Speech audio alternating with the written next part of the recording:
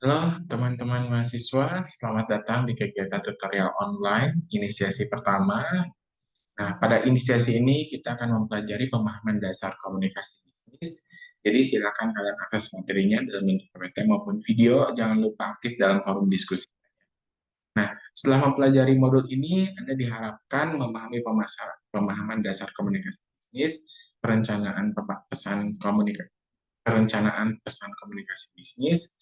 Nah, untuk itu di inisiasi pertama ini kita akan mempelajari pengertian dari komunikasi dalam hubungan bisnis dan organisasi perusahaan, serta garis besar dan tujuan dan manfaat komunikasi bisnis dan organisasi perusahaan. Sumbernya yang dipakai adalah modul Hadianto 2023 Komunikasi Bisnis Universitas. Oke, saya akan share materinya, mohon dilihat dan disimak baik-baik ya. Oke, inisiasi pertama kita adalah eh, tentang pemahaman dasar komunikasi bisnis. Pengenalan komunikasi bisnis. Apa itu komunikasi? Komunikasi merupakan suatu proses penyampaian atau transfer informasi dan makna di antara pengirim dan juga penerima. Ini menurut Confidential 2018. Jadi, yang dimaksudkan tadi adalah dapat berupa pertukaran informasi secara antar individu melalui suatu sistem yang biasa atau lazim dipakai gitu ya, baik dengan simbol-simbol, sinyal, maupun perilaku ataupun tindakan. Secara sederhananya dapat dikemukakan bahwa komunikasi bisnis adalah komunikasi yang digunakan dalam dunia bisnis yang menyangkut berbagai macam bentuk komunikasi, baik verbal maupun non-verbal, untuk mencapai tujuan tertentu. Nah, proses komunikasi dua arah itu seperti ini, ya. Jadi Anda lihat di yang merah ini, ya, orang berwarna merah ini adalah sender yang mempunyai idenya, dan yang warna biru ini adalah receiver, ya, audiensnya. Sender dia mengirimkan pesan, gitu ya. Kemudian pesan ini diproduksi, gitu ya, eh, diproduksi oleh si sender ini, kemudian sender mengirimkan pesan tersebut melalui sebuah channel ke sini. Audiens atau receiver atau penerima menerima pesan tersebut, kemudian ditelaah, di message-nya, kemudian dia dapat memberikan respon dari message atau pesan yang disampaikan. Respon ini diberikan gitu ya sebagai feedback kepada si sender. Ini penggambaran dari pengertian komunikasi. Bentuk-bentuk komunikasi. Salah satunya adalah komunikasi verbal. Menurut Locker, Kitty, dan Kinzer, bahwa bentuk komunikasi menjadi ada dua, verbal dan non-verbal. Kalau verbal dikenal dengan lisan dan juga tulisan, yaitu komunikasi yang menggunakan kata-kata atau ucapan-ucapan di dalamnya. Contohnya nih, face to face gitu ya, atau pembicaraan lewat telepon, phone conversation, atau dalam meeting, rapat atau pertemuan berupa teks, WhatsApp gitu ya, email, voicemail, surat, memo, dan laporan. Itu adalah suatu contoh komunikasi yang menggunakan kata-kata, tulisan, atau disebut juga komunikasi verbal. Komunikasi verbal dikenal eh, di bentuknya melalui suara atau oral atau komunikasi lisan.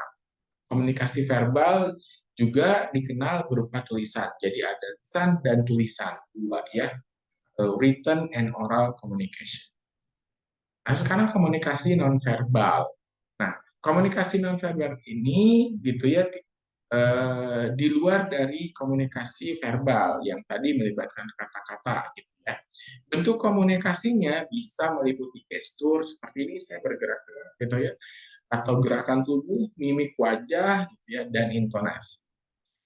Nah, itu komunikasi nonverbal. Bisa juga berupa simbol dan gambar, bisa juga jarak antara orang atau barang, atau dalam bisnis komunikasi ini terlihat pada logo perusahaan, penempatan duduk dalam sebuah rapat, layout toko, layout ruangan kantor, display toko, antrian pelanggan, dan itu adalah bentuk komunikasi nonverbal. Jadi kalau misalkan kita bagi gitu ya, di sini ada jenis, ada lisan dan juga tulisan tadi ya. Kalau lisan seperti apa, dia feedbacknya langsung, mudah dicerna gitu ya, kalimatnya pendek, distribusinya ada usaha gitu ya, lebih personal, biasanya menangkap bahasa nonverbal juga gitu ya, terus tidak perlu terlalu kaku. Nah, kalau tulisan biasanya lama nih feedbacknya, catatannya permanen, pesannya terencana, lebih bersifat formal dan terstruktur. Terus biasanya kalau dalam tulisan struktur bahasa diperhatikan. Dalam komunikasi ada unsur-unsurnya tentunya. Pertama ada sendernya. Sender ini adalah yang menyampaikan pesan atau komunikatornya. Nah, ini yang berinisiatif menyampaikan informasi ataupun gagasan. Yang kedua ada encoding. Ini proses transmisi atau transfer informasi dari seseorang atau dari sender itu, yang umumnya encoding ini digunakan sebagai simbol atau sebagai media. Yang ketiga ada message-nya atau pesannya yang diwujudkan dalam simbol yang mempunyai makna. Nah, penyampaian ini menjadi alasan utama terjadi komunikasi. Setelah ada encoding, message, ada juga medianya sebagai saluran komunikator yang digunakan untuk menyampaikan informasi ini agar bisa diterima oleh komunikan. Ada decoding, jadi tadi ada sender, encoding, message, media, berarti ada decodingnya. Ini proses ketika komunikan ini menerjemahkan pesan melalui lambang atau yang disampaikan oleh komunikator. Ada komunikan, ada komunikator ya. Komunikator yang menyampaikannya, komunikan yang menerima. Receiver, gitu ya. Receiver ini adalah orangnya, orang atau komunikan yang menerima pesan. Yang terakhir ada respon, itu tanggapan atau reaksi dari komunikan itu yang ditujukan terhadap informasi yang dia peroleh, gitu ya, setelah pesannya diterima. Ada feedback, jadi ada respon, ada feedback. Ini umpan balik dari reaksi dari feedback itu umpan balik dari respon tadi terhadap pesan yang disampaikan, gitu ya.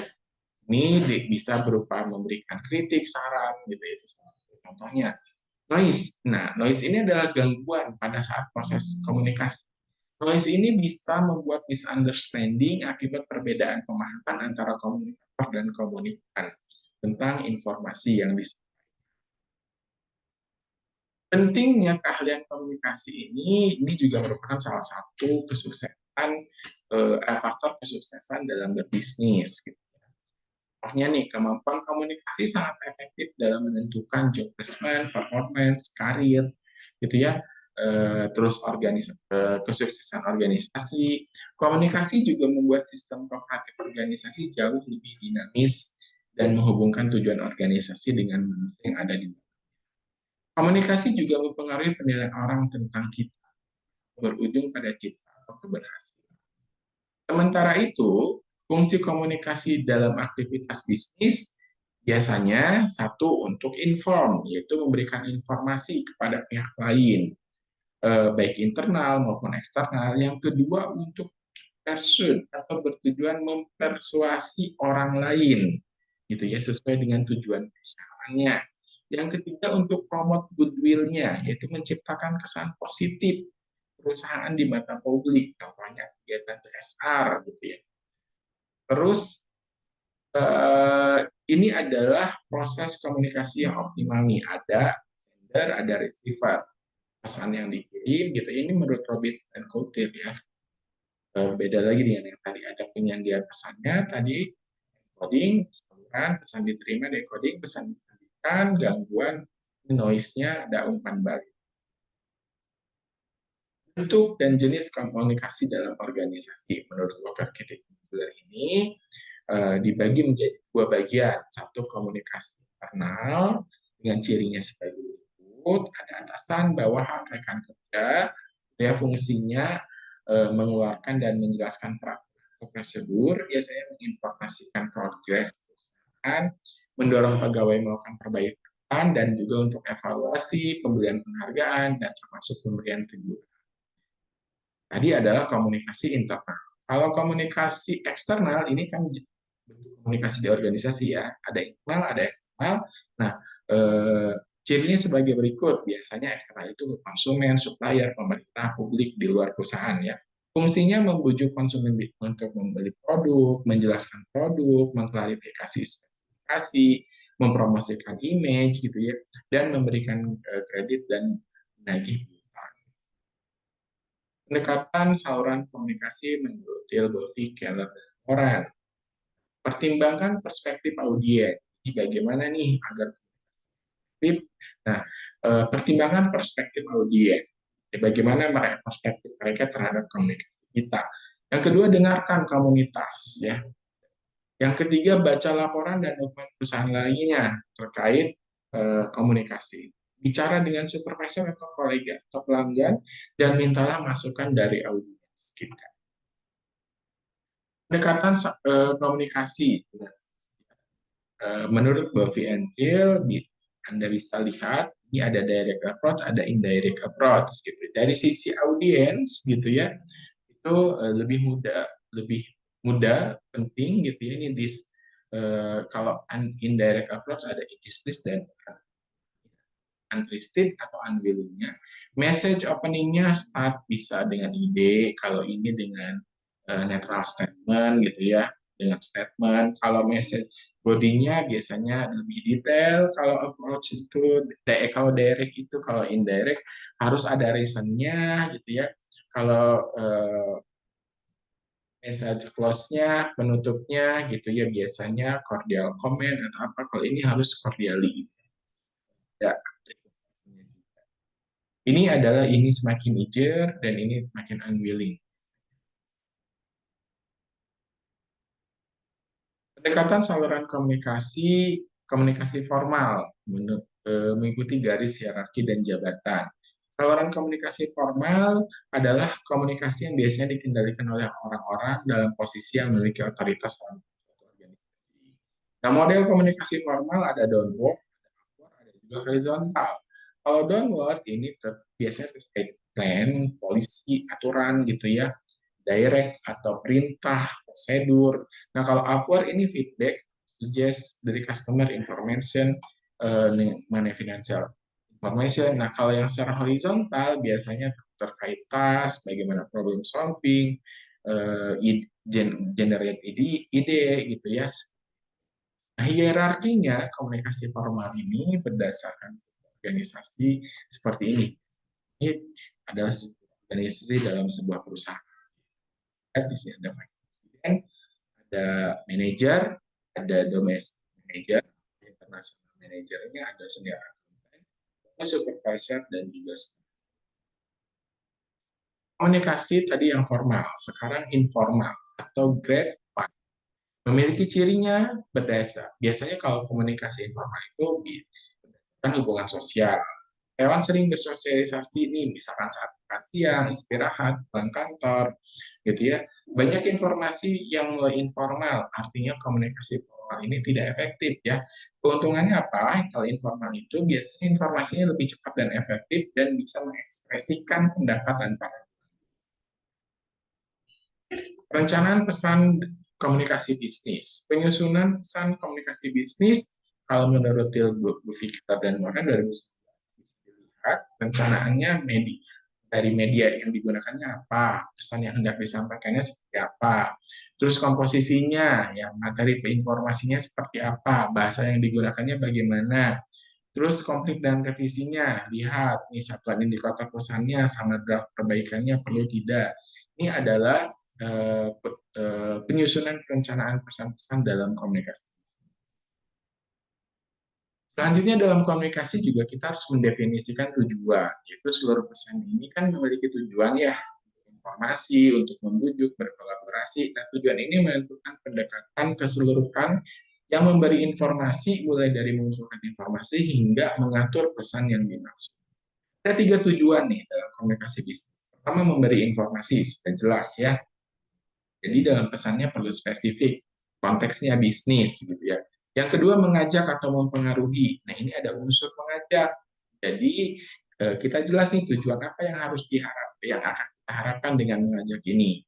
Yang ketiga, kolaborasi. Nah, ini menciptakan kerjasama bisnis. Jadi komunikasi bisa tujuannya untuk melaksanakan kolaborasi. Analisis audiens, audiensnya seperti apa ya? Jadi kita harus tahu, ya, pertama kita harus tahu profilnya, yang kedua proses penguasaan audiensi dari pesan informasi yang diberikan dan cara pemenuhan kebutuhan antar. Dalam komunikasi, bagaimana menentukan ide? Pokoknya komunikasi bisnis ya, kita bisa melakukan brainstorming nih, yaitu sistem stimulus pada ide gagasan. Yang kedua, limited scope. Jadi pesan yang digunakan ini mudah dipahami, tidak bertele-tele ya, sesuai dengan ide pokok dan tepat sasaran. Seleksi saluran medianya ya, ada lisan, ada tertulis. Lisan sudah jelas nih, berkomunikasi bisa melalui tatap muka, video conference. Kalau tertulis, penyampaian informasinya biasanya lebih resmi, yaitu berupa surat, memo, proposal, dan lain-lain. Oke, itu saja untuk pengantar komunikasi bisnis yang pertama ini. Ini diambil dari komunikasi terbuka Hadianto di 2000. Terima kasih, jangan lupa untuk aktif dalam diskusi dan mengerjakan latihannya. Sampai jumpa di sesi